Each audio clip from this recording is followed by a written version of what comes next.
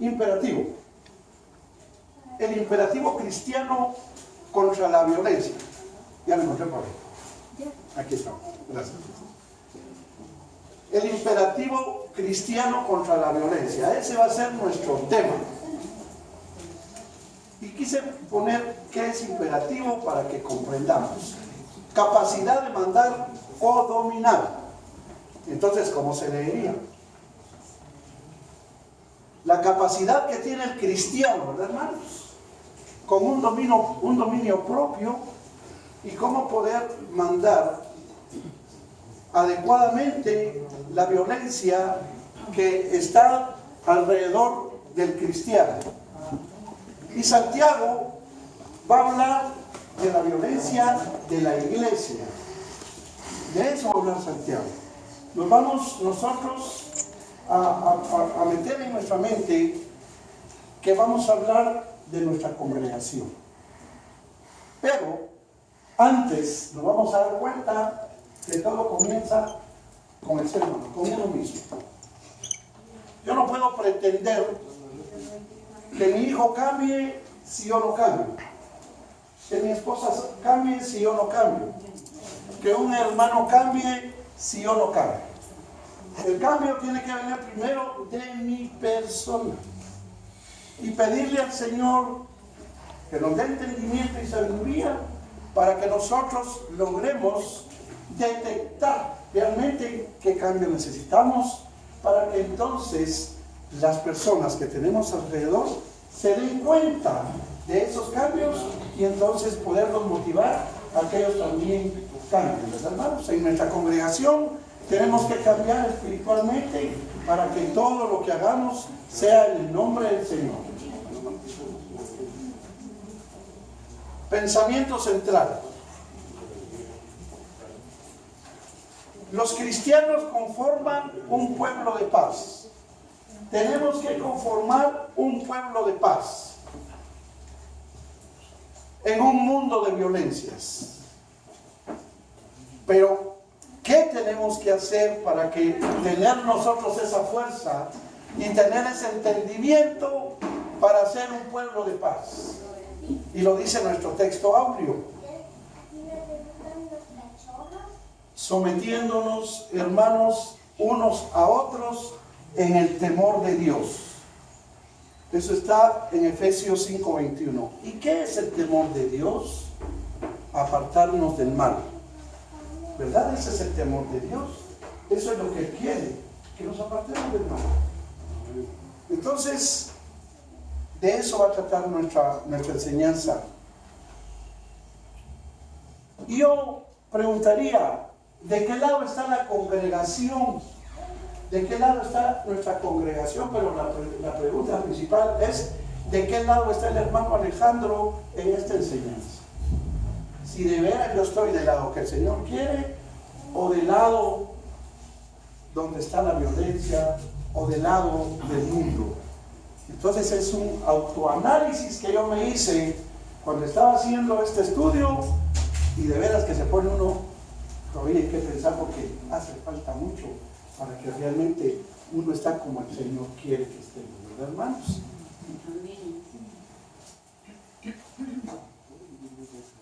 Como habíamos dicho, nuestro primer objetivo, descubrir la fuente que genera la violencia en el ser humano. Las fuentes que alimentan la violencia. Santiago 4, del 1 al 3.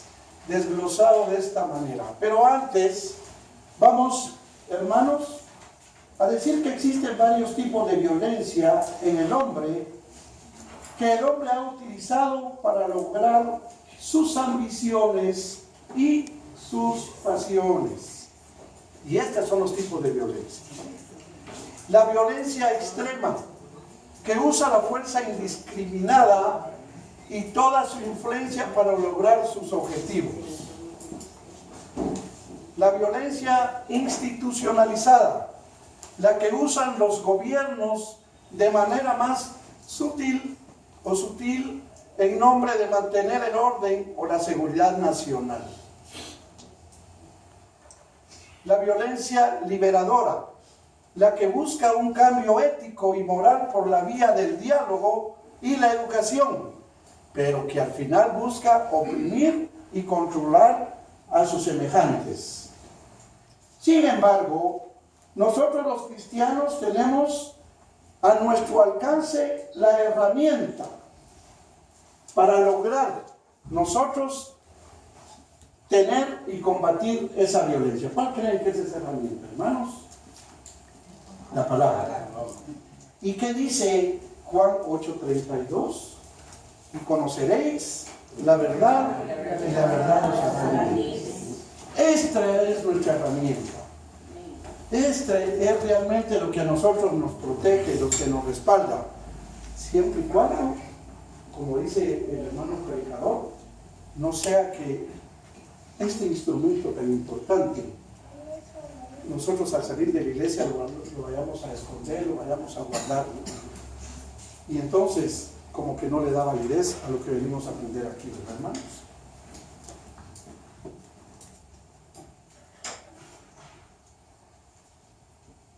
Vamos a ver el significado de pasión, porque el versículo que nos viene posteriormente habla de la pasión. Entonces, al saber nosotros qué es pasión, vamos a interpretar de mejor manera el versículo. Apetito o afición vehemente a una cosa, pasión. ¿Qué es vehemente? Vehemente es una persona que actúa impulsiva o violentamente. Ahora ya podemos nosotros desglosar el título. Las pasiones humanas como causa de la violencia. Pasión. Los apetitos y aficiones que impulsivamente y violentamente el ser humano tiene como causa de la violencia, ¿verdad, hermanos? Y ahorita viene nuestro versículo 1 de Santiago 4. ¿De dónde vienen las guerras y los pleitos entre vosotros? ¿No es de vuestras pasiones las cuales combaten en vuestros miembros? ¿De dónde vienen las guerras? ¿No es de vuestras pasiones, de lo que nosotros queremos personalmente? Y hay veces que lo hacemos y lo reflejamos con violencia. Las guerras exteriores son producto, hermanos, de las interiores. ¿Sí? Si nosotros venimos ya con guerra desde nuestro hogar a la iglesia, ya la vamos a tener aquí, ¿no? Ya la vamos a necesitar, ¿no? Entonces tenemos que cuidar ese tipo de situaciones que nos rodean y que nos transforman como hermanos. Las pasiones son naturales, pues, ¿verdad? Miremos Santiago 5:17. ¿Qué nos dice Santiago 5:17? Elías era hombre sujeto a pasiones semejantes a las nuestras, y oró fervientemente para que no lloviese, y no llovió sobre la tierra por 3 años y 6 meses.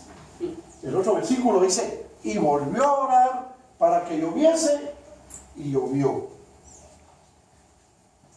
Pero las pasiones que tenía Elías no lo dominaban, todas las pasiones a él. Así debe ser con nosotros. No todas las pasiones nos tienen que dominar, principalmente las que pertenecen al mundo. La pasión, cuando es orientada en forma constructiva, hermanos, produce bendición. Pero hay pasiones vergonzosas. Leamos Romanos 1:26. Por esto Dios los entregó a pasiones vergonzosas, pues aún sus mujeres cambiaron el uso natural por el que es contra naturaleza. Y dice el otro versículo siguiente a este, que también los hombres cambiaron su forma de ser, hombres con hombres, mujeres con mujeres. Eso es vergonzoso. Aquí resalta la duda. ¿Y por qué existe ese tipo de problemas en la sociedad? ¿Por qué el afeminado? ¿Verdad? ¿Por qué la mujer cambiando de sexo? Ese es el resultado, ¿verdad? Las pasiones vergonzosas. Y hay pasiones juveniles. Miremos Timoteo 2:22. Huye también de las pasiones juveniles, dice. Y sigue la justicia, la fe, el amor y la paz con los que de corazón limpio invocan al Señor. Cuidado, jóvenes. No así los deseos del alma cuya pasión es de Dios, ¿verdad? Ahora miremos entonces, cuando nosotros tenemos estas pasiones por el Señor, y leamos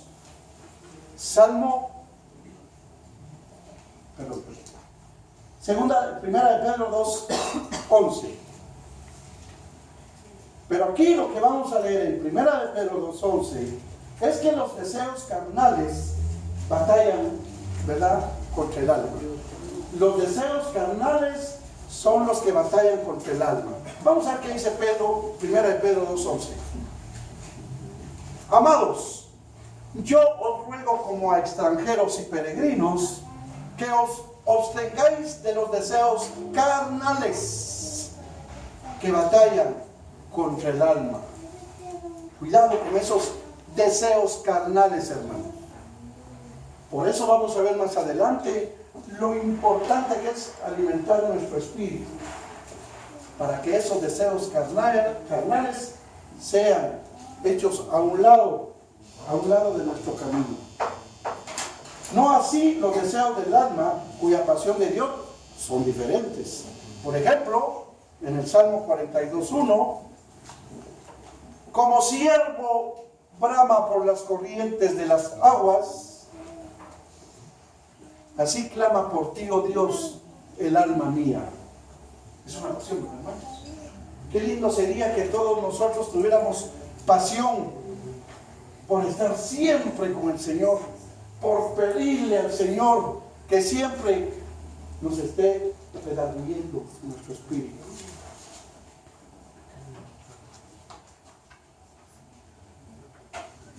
Ahora viene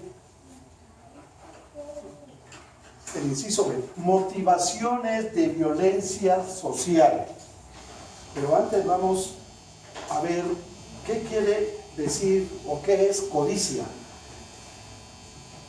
Estamos claros que estamos hablando en términos de aquí de la iglesia, hermanos, para que sea nosotros nuestro pensamiento de nuestra congregación.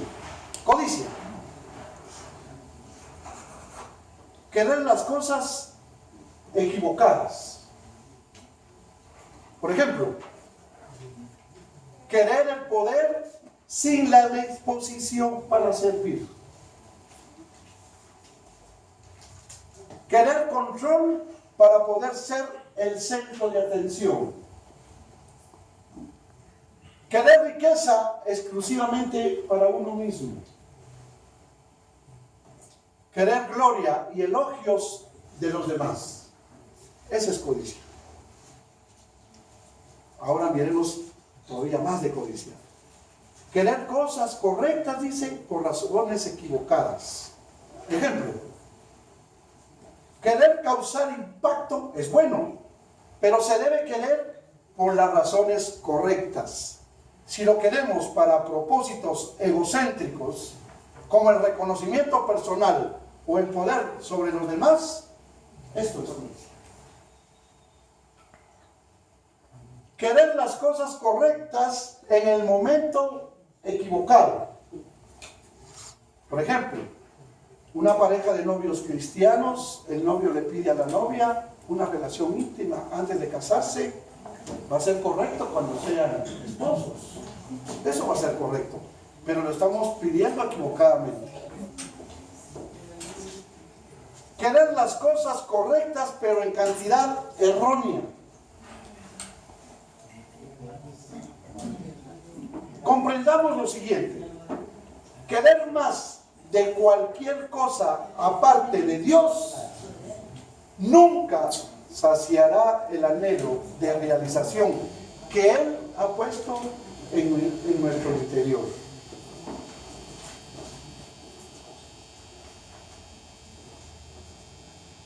Fíjense, hermanos, que solamente cuando nosotros reconozcamos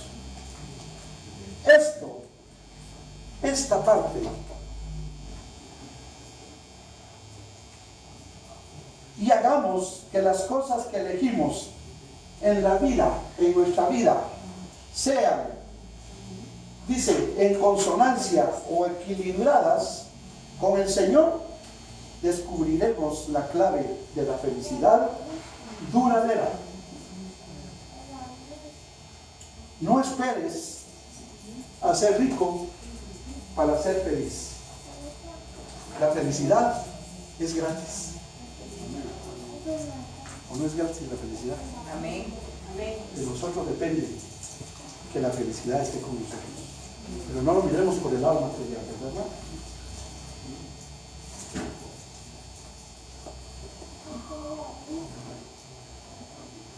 Sigamos con nuestros capítulo 2. Ahora sí vamos a entender. Codiciáis, dice Santiago, y no tenéis. Matáis y ardéis de envidia y no podéis alcanzar. Combatís y lucháis, pero no tenéis lo que deseáis porque no pedís. ¿Cuántas veces, hermanos, se nos viene un problema, una enfermedad y queremos resolverlo por nuestros propios medios, ¿verdad? Gastamos dinero, acudimos a cosas materiales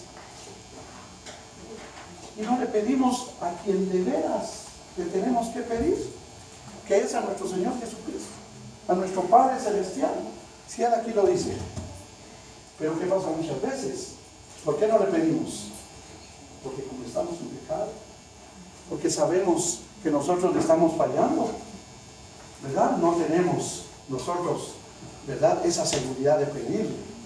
Por eso es que nos desviamos, por eso es que pedimos mal, pedimos por otro lado. Pero miren ahora lo que dice el versículo 13. Pero cuando de veras le pedimos al Señor, cuando creemos que estamos en los caminos del Señor bien y tenemos derecho a pedirle directamente a Él, pedimos, pero pedís y no recibís, dice, porque pedís mal, para gastar en vuestros deleites. Como ya pasamos nuestra angustia, como ya pasamos nuestro momento de disciplina o nuestro momento de prueba, se nos olvidó y entonces ya con autoridad pedimos, pero para vuestros deleites. Nos olvidamos del Señor.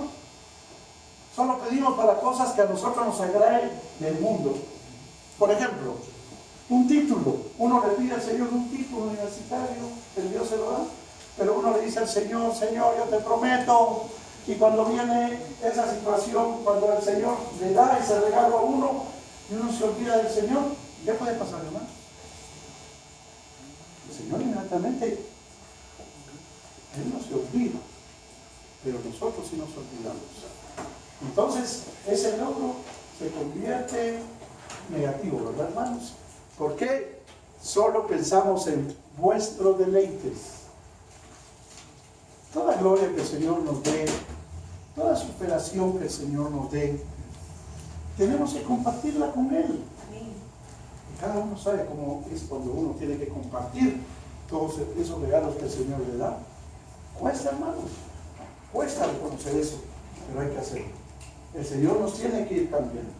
De eso se trata realmente, de estar reunidos acá domingo a domingo, de estar nosotros esperando que así sea, leyendo la palabra constantemente, orando al Señor, poniendo en sus manos todo, pero en nosotros, ¿qué vamos a pagar? ¿Qué le vamos a dar a Él? Ahora, veamos las motivaciones conducentes a la violencia que son planteadas por Santiago. Codiciar lo que no es posible tener se convierte en motivo para destruir a otros si nos dejamos arrastrar por ese deseo desenfrenado. La envidia, que es tristeza o pesar por el bien ajeno, puede conducir hasta el crimen para obtener lo que el otro posee. La belicosidad, una actitud contenciosa de lucha sin fruto alguno, gente que vive peleando contra todo y contra todos.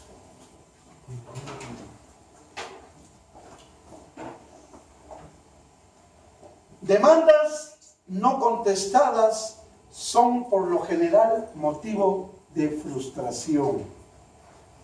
De frustración que enciende la chispa de la violencia. ¿Cuántas veces pedimos, verdad? Y no son contestadas nuestras demandas. ¿Por qué será? ¿Por qué será?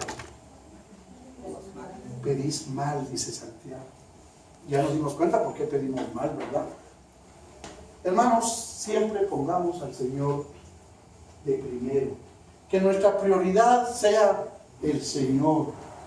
Yo sé que nuestras relaciones familiares, nuestras relaciones sociales, nuestras relaciones de trabajo, hay veces que, claro, nos consumen el tiempo, pero que no sea repetitivo, ¿verdad? Que yo venga y le diga al hermano pastor, hermano, fíjese que voy a salir con mi familia porque vamos a ir a recrearnos y pues pastor, no hay problema. Pero si hasta los hermanos se dan cuenta que el hermano Alejandro está constantemente o lo hace muy seguido, no es normal, hermanos. Entonces le estamos dando prioridad a las cosas del mundo y no a las cosas del Señor. Todo equitativo, equilibrado, ¿verdad, hermanos? Entonces, hermanos,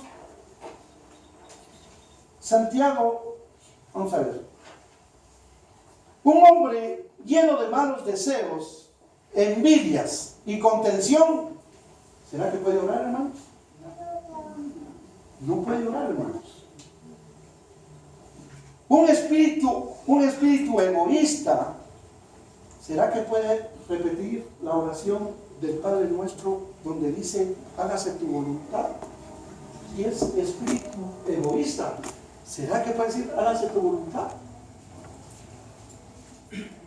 Lucas 22, 42 nos dice que Jesús oró en el Getsemaní. ¿Para qué oró Jesús en el Getsemaní?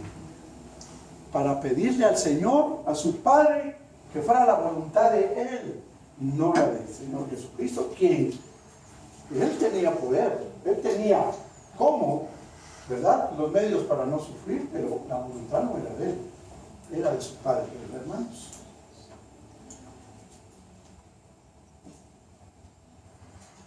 Por ejemplo, lo que dijo el hermano pastor el domingo pasado y que se ubicó en Filipenses 4:11. He aprendido a contentarme cualquiera sea mi situación. ¿Qué quiere decir eso, hermanos? Que si estamos en Cristo y si Él está con nosotros, ¿qué nos aflige, hermanos? Los problemas van a venir. Por eso, a contentarme cualquiera sea mi situación. Job, por ejemplo, ¿verdad? Entonces, hermanos, ahorita estábamos platicando con la hermana Carmencita en la puerta, ¿verdad? Va a tener su operación, ¿verdad? Tal vez sus familiares en contra, ¿verdad? Porque no es el momento, porque tal vez algún temor. Pero si uno le deja al Señor todas esos tipos de situaciones, el Señor va a contestar. Le decía a ella, cuando el Señor, y eso nos pasa seguido, ¿cuántas veces no queremos hacer alguna compra o hacer algún negocio de tipo de trabajo y no se da? Es porque el Señor intervino, es porque no valía la pena, no era en ese momento que se tenía que hacer. Entonces, si a la hermana Carmencita el Señor no estuviera con ella para su operación, algo hubiera pasado. Me hubieran detectado su presión alta, me hubieran detectado un montón de situaciones que no hubieran llegado al final de la operación. Pero no es uno, es el Señor. Y cuando el Señor está con uno y se refleja en el momento, es una seguridad con la que uno actúa y por fe. Todo va a salir bien, hermana. Amén. Amén. Así va a ser.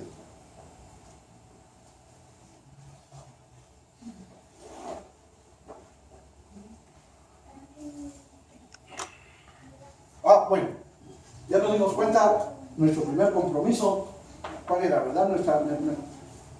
Decía, nuestro primer objetivo de este estudio es descubrir la fuerza que genera la violencia en el ser humano.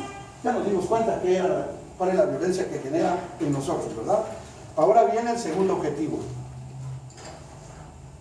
Diferenciar los signos del reino de Dios en contraposición al mundo.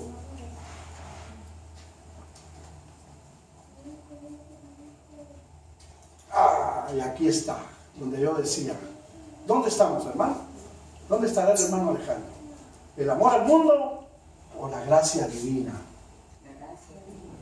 Amén. Estamos. El camino del cristiano es difícil, hermano. Es difícil. Máxime cuando uno ha pasado 50 años de vida desordenada, ¿verdad, hermanos? Cuesta, pero he aprendido algo. Y hoy en la mañana se me volvió a repetir. Y lo digo en público porque quiero que este hermano sepa de que yo lo amo. Las críticas constructivas, hermanos, son bienvenidas. ¿Sí? Si son para que uno cambie espiritualmente, claro que son bienvenidas.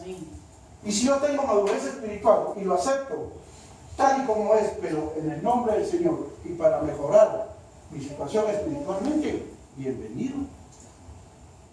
Es ahí donde fíjense que el Señor usa a los hermanos para que en determinados momentos lo corrijan a uno en ciertas situaciones. Cuando digo que toda enseñanza tiene que dejar algo en nosotros, yo me recuerdo de la enseñanza del domingo, no sé si fue hace 15 días o 20 días, del hermano doctor Reinaldo, que dijo, todo lo que entra no daña, ¿verdad, hermano? Sino que sale de tu boca. Y dijo el hermano, cuidado con hablar tanto, hermanos. Y yo tengo ese defecto, ¿verdad? Espero que todo lo que salga de mí no sea para ofensa, mis hermanos. Me cuesta, hermanos, me cuesta, y a veces hasta que yo me comprometo. Te voy a aumentar el sueldo, mi señora, miren aquí, claro. No, hay que saber realmente por qué uno se compromete. Y uno hay veces, y de eso trata, hermano. De eso trata realmente cuando uno está aquí presente enseñando la palabra. Uno tiene que ser espiritualmente la palabra. No cambiar en un instante, hermano, porque entonces la verdad que no se da validez a lo que el Espíritu Santo le quiere dar a cada uno de los hermanos.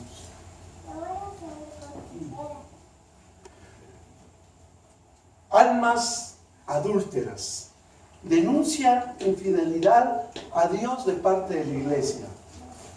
Lo quise poner antes, cuál era su significado, para que no vayas a pensar de que adulterio, a que uno no. Aquí habla la infidelidad que uno tiene con Dios. Y por eso, entonces, ya con esto vamos a leer Mateo 12:39. Él respondió y le dijo, la generación mala y adúltera demanda señal, pero señal no le será dada sino la señal del profeta Jonás. ¿Se recuerdan el pasaje de Jonás, verdad? No era cuando ellos querían la señal, sino que cuando el Señor. Así que por favor, hermanos, paciencia y dejemos la voluntad del Señor. Definir la identidad cristiana frente al mundo. ¿Cuál es nuestra identidad ante el mundo, hermanos? Versículo 4. Oh almas adúlteras, ¿no sabéis que la amistad del mundo es enemistad contra Dios? Cualquiera pues que quiera ser amigo del mundo se constituye enemigo de Dios. Estamos en una época, hermanos, en la que todo es permitido según el mundo. Yo me recuerdo que una vez el hermano Douglas, un hermano que estaba a cargo de los jóvenes, les puso a repetir a los jóvenes una frase de un versículo que decía, vamos a ver, Pablo, todo me conviene, mas no todo me es lícito. Ahí está. Por favor, Pablo, todo me conviene, mas no todo es lícito. No me es lícito. Todo me conviene, pero no todo, ¿verdad? Se puede, ¿verdad? Entonces, todo, ahí está, todo me es lícito, hermano. Me doy cuenta, hermano, de esa atención que usted siempre tiene, hermano, especial. Gracias, hermano. Estaba durmiendo, pero Ahora, dice, estamos en una época en la que todo es permitido según el mundo. ¿A qué mundo se refiere? No es al cosmos, hermanos, sino al mismo que se refiere el apóstol San Juan en este capítulo y versículo. No améis al mundo ni las cosas que están en el mundo. Si alguno ama al mundo, el amor del Padre no está en él. Qué triste, ¿verdad, hermanos? Ahora miremos lo que dice Santiago 4:17. Vamos a ver cómo lo interpretamos. Y al que sabe hacer lo bueno y no lo hace, le es pecado. Nos acaba de pasar una situación con mi señora, creo que lo comentamos con la familia del hermano pastor. Bautizaron a mi nieta, ¿verdad? Pero se bautizó por parte de la familia de mi nuera, de mi yerna, ¿no? De mi nuera, mire, hasta el significado se le olvida. Como cuesta aceptar con amigos de casa, hermanos. Pero cuando viene el bebé, qué lindo es, hermano. Cuando ese nietecito, usted lo habla y dice, Señor, tan lindo que es, gracias, Padre Celestial, gracias, ¿verdad? Entonces estuvimos con mi señora, ¿qué hacemos? En primer lugar le había dicho a ella que fuera la madrina, miren cómo es el enemigo, hermano, que fuera la madrina en la red. Pero Dios les dio entendimiento y sabiduría a ella, ¿verdad? Y no lo aceptó. Dijimos, esperemos que no tengamos problemas. Bueno, entonces acudimos al acto, pero hasta atrás nos sentamos, ¿verdad? En el nombre tuyo, Padre, que por favor no vaya a ser, dijimos. Aquí vamos a estar, y efectivamente hasta adelante estaba la situación. Algo dijo el sacerdote que todos nos voltearon a ver, y antes de haber visto que el Señor estaba con nosotros, ya no dijeron nada, hermanos. Ahora, ¿qué hubiera pasado, hermanos, si nosotros hubiéramos aceptado? Estábamos haciendo algo que para el Señor era pecado, y que para nosotros, supuestamente para nosotros era bueno, pero gracias a Dios que el Señor, entonces ahí es donde nosotros vamos equilibrando cómo va el peso de nuestro espíritu y de nuestro corazón.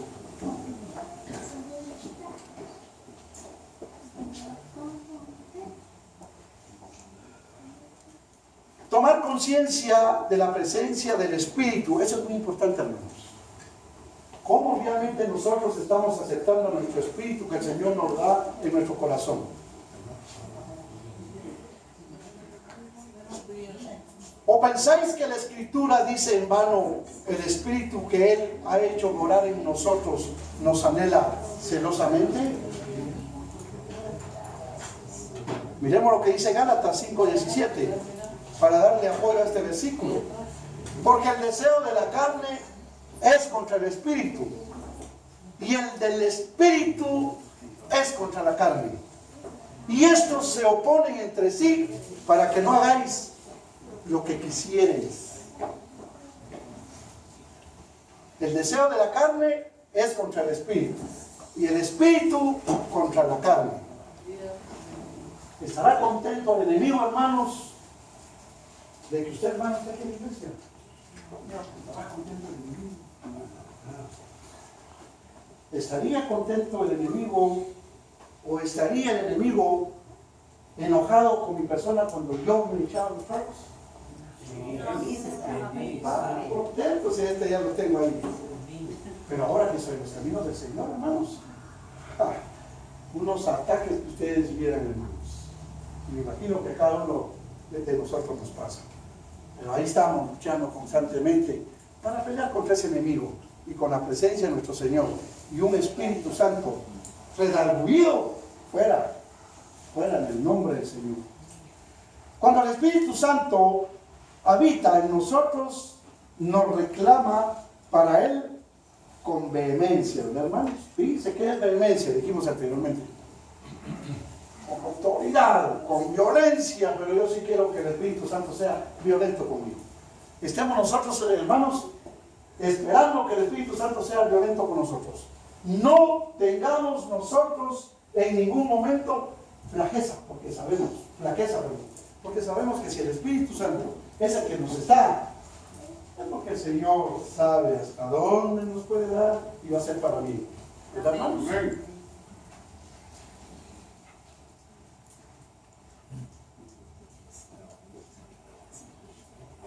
Pero Él da mayor gracia. Por eso dice, Dios resiste a los soberbios y da gracia a los humildes. Así rapidito lo voy a leer, por favor. ¿Qué es la soberbia, hermanos? Miren qué es la soberbia. El orgullo ha impedido que mucha gente acepte a Jesucristo como su Salvador personal. El rehusar admitir el pecado y reconocer que en nuestras propias fuerzas no podemos hacer nada para heredar la vida eterna ha sido una piedra de tropiezo para la gente soberbia. Una vez nosotros no aceptemos a nuestro Señor como único Salvador, somos soberbios. No debemos gloriarnos de nosotros mismos. Caemos en soberbia. Pero si queremos glorificar algo, entonces debemos proclamar las glorias de Dios. Lo que decimos de nosotros mismos no significa nada. En la obra de Dios es lo que Dios dice acerca de nosotros, lo que hace la diferencia. En 2 de Corintios 10:13. No significa nada en la obra de Dios lo que nosotros pensamos que estamos haciendo para Él, sino que lo que Él realmente dice de nosotros. ¿Cómo Él ve realmente nuestras obras? Si son buenas o son malas. Miremos rápido sugerencias para humillarnos, porque habla de la humildad, ¿verdad, hermanos? Da gracia a los humildes, dice. Vamos a ver. Cumplamos con la rutina de confesar nuestros pecados a Dios. Lucas 18:9-14. Todos nosotros pecamos y estamos privados de la gloria de Dios. Sin embargo, muy pocos de nosotros cumplimos con la rutina de practicar un examen personal riguroso y honesto. Una práctica esencial de la humildad es revisar nuestro corazón y nuestra conducta semanalmente, mejor diariamente, añadiéndole la confesión de nuestros pecados a Dios. No yendo a la iglesia, ¿verdad? Que el sacerdote lo confiese. Hermano Rolito. Reconozcamos los pecados que cometemos contra otros. Santiago 3:2, 5 y 16. La humillación delante de Dios no es completa a menos que también haya humildad delante de los hombres. Es importante esto. Si nosotros no nos humillamos ante nuestro prójimo, ¿de qué sirve que estemos de rodillas sumiéndose nuestro Señor? Si Él lo que quiere es, ¿qué dicen los dos mandamientos? Amar al Señor. Entonces, no solo, hermanos, es la humillación delante de Dios, sino que también delante de los hombres. Una prueba real de nuestra voluntad de humillarnos es estar dispuesto a compartir con otros las debilidades que confesamos a Dios. Sin embargo, se recomienda hacer esto con personas de nuestra confianza. Hay que tener cuidado también, porque hay personas que nosotros les contamos algún problema y en lugar de ayudarnos, nos hunden, ¿verdad, hermanos? Enfrentemos lo malo pacientemente. 1 Pedro 3, del 8 al 17. Esto ha sido una dificultad para mí. Cuando algo es injusto, quiero reaccionar y rectificarlo. Sin embargo, responder con paciencia a las acusaciones y acciones injustas de otros demuestra la fuerza de nuestro carácter y proporciona una oportunidad de ejercer la humildad. Ahí quedamos, hermanos, con lo que es ser humilde. Tercer objetivo de este estudio: desarrollar criterios prácticos para una convivencia en paz y armonía con los demás. Convivencia en paz y estar en armonía con todos los hermanos. Imperativos para vivir sin violencia. Ya sabemos que es imperativo, ¿verdad, hermanos? Para vivir sin violencia. Santiago 4, del 7 al 10. Someteros. Vamos a ver qué quiere decir someteros. Una decisión valiente de buscar y obedecer la voluntad de Dios y de vivir en armonía con ella. A eso llama el Señor someteros. Acercaos. Un llamado a la intimidad con Dios. Por eso es que Santiago dice acercaos. pero acercaos para ser mi llamado a la intimidad con Dios, ¿verdad? Afligidos. ¿Pero cómo? Sinónimo de confesión y arrepentimiento. Cuando estamos nosotros en la fe, o sea, ¿por qué el Señor permite que nos aflijamos? No, Él no quiere que nosotros entremos en lo que ahorita es la enfermedad general, en depresión. No, Él permite que nos aflijamos, ¿pero para qué? Para que nosotros nos pongamos en confesión con Él y tengamos un arrepentimiento, pero puro, hermanos.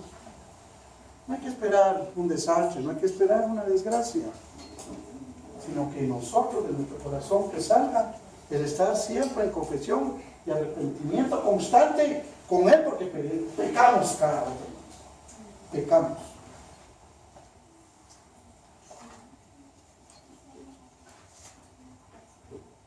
Imperativos en las relaciones con Dios. Someteos pues a Dios, resistid al diablo y huirá de vosotros. Acercaos a Dios y Él se acercará a vosotros.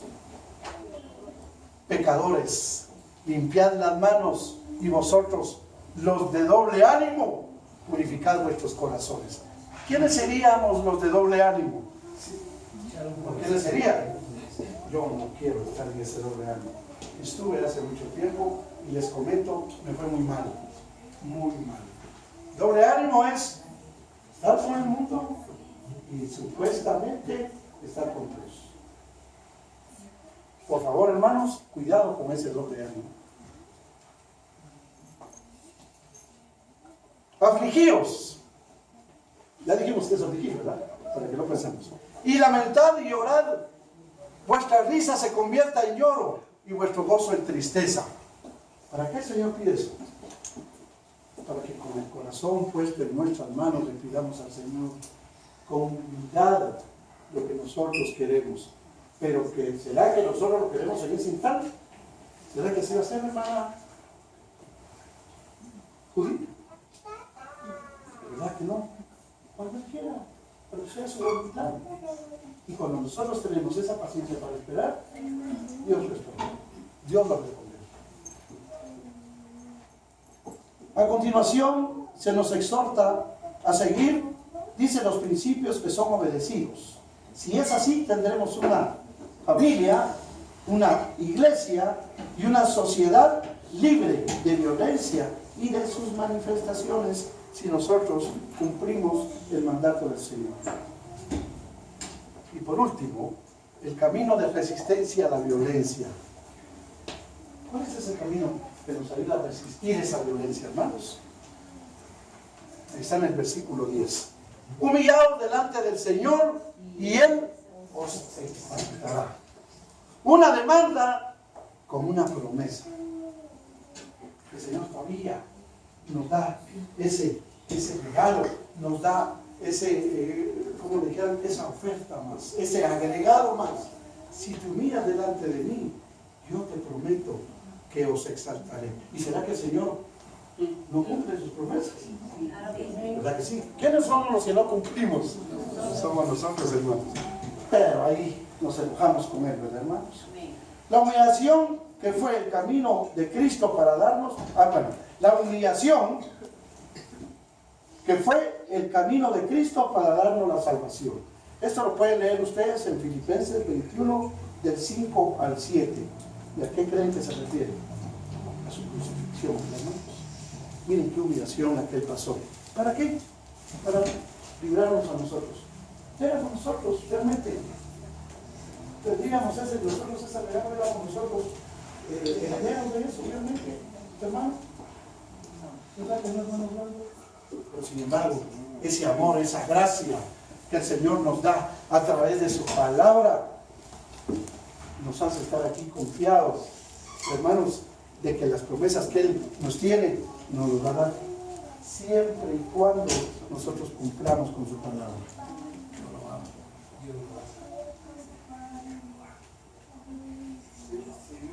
Judas tenía. ¿Qué tenía Judas cuando él estaba con los discípulos? Tenía al mejor pastor, ¿verdad? ¿Quién ¿Quién era? Jesucristo. Tenía al mejor líder. Tenía al mejor maestro. Tenía al más sabio. Tenía al mejor amigo. Sin embargo, fracasó. Después me van a decir algo, pero mejor yo se lo voy a decir, si no, yo voy a decir algo. Entonces el problema no es el liderazgo, porque el Señor era un líder, ¿verdad? Entonces el problema no fue el liderazgo. Miren pues, no importa a qué iglesia cristiana vayas, si tu actitud no cambia, si tu carácter no es transformado, siempre serás la misma persona. Entonces, ¿qué cambio queremos? Si nosotros no cambiamos nuestra actitud, no transformamos nuestro carácter, le estamos de paso, ¿verdad? ¿Qué dijo el hermano Gustavo Junior el domingo pasado? El domingo pasado, por decir. De nada te sirve que vendas todos los días a la iglesia. De nada te sirve que vendas propiedades y le des el dinero a la iglesia. De nada te sirve que des el diezmo a la iglesia. Si no lo haces como yo, de nada sirve. De nada sirve. Hermanos, cambiemos. Cambiemos nuestra forma de ser. Hermana Nancy hace